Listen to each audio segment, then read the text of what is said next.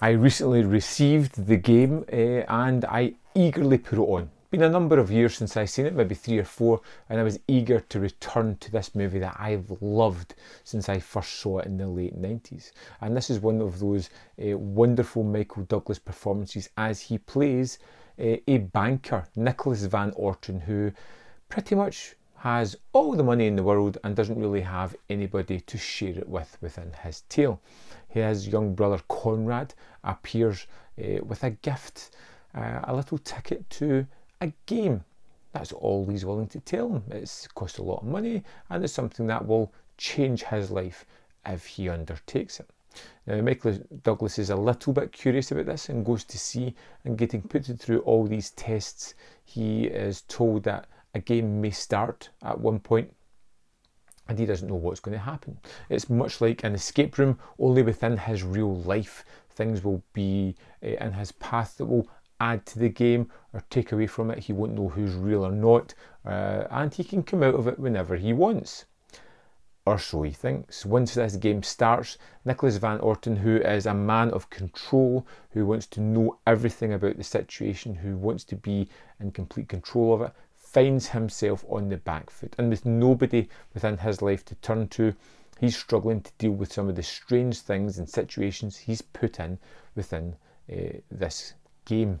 Now, the movie The Game is one of those wonderful films that lives up to rewatches. You know, once you know exactly what's going on and how it all plays out, it doesn't detract from the movie itself. It has something to say about the main character, and I do love Michael Douglas in this role. It's the kind of thing he can do easily and does it very well when he's engaged within this movie. I think Sean Penn turns up and steals almost every scene he's in.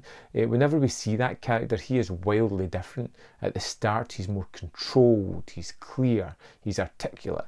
Later on in the movie, he is shaken. He's a shell of a man, twisted, babbling, disheveled, just looking out of place. It's a wonderful role. It just comes in and steals most sequences as well. Deborah Kara Unger as well is great as a waitress who gets drawn in to Van Orton's life. And it's all about strange things that just happen. Of course, we've got the backstory within this of his father dying when he was 48 through suicide. And now Nicholas is at that age of just about to turn 48 and he has that weighing on him.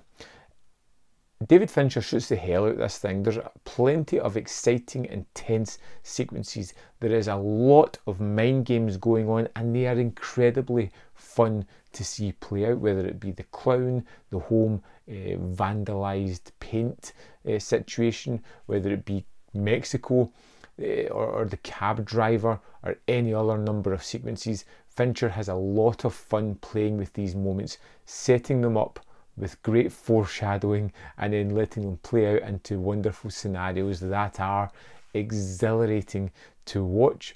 I think this is one of those really fun entries within Fincher's filmography, but one that he takes a great deal of care in, one that's easily forgotten in amongst the rest of his works, and is one that is just smile inducing when I watch it. If it's one that I start to watch, I'm watching it to the end. I need to see everything within this movie. And one of the things that really struck me this time was how it is, well, could be an almost remake of A Christmas Carol. You know, you've got that main character who's all about money, who doesn't care about anyone, doesn't have anybody in his life. We've got a death of a male character in their life, whether it be Jacob Marley in A Christmas Carol, or it could be his father in The Game. Each man has loved a woman who has left him because he loves money more than them and have moved on to kind of better lives. They've got a younger relative or friend, it could be nephew or the brother like in the game version, who come into the movie and kind of invite them to embrace life rather than just cash. And then both men kind of have to see their graves before they're going to change their ways. A little bit more literally in The Game on that one.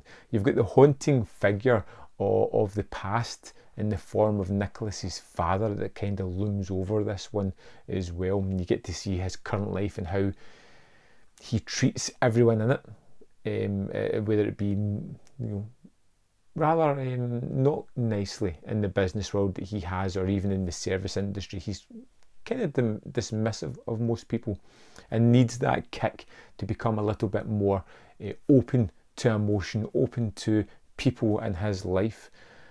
I kind of like that about the film. The game is, it's a cracker of a movie. It's one of those wonderful movies that I think should be better held up within Fincher's filmography than it actually is.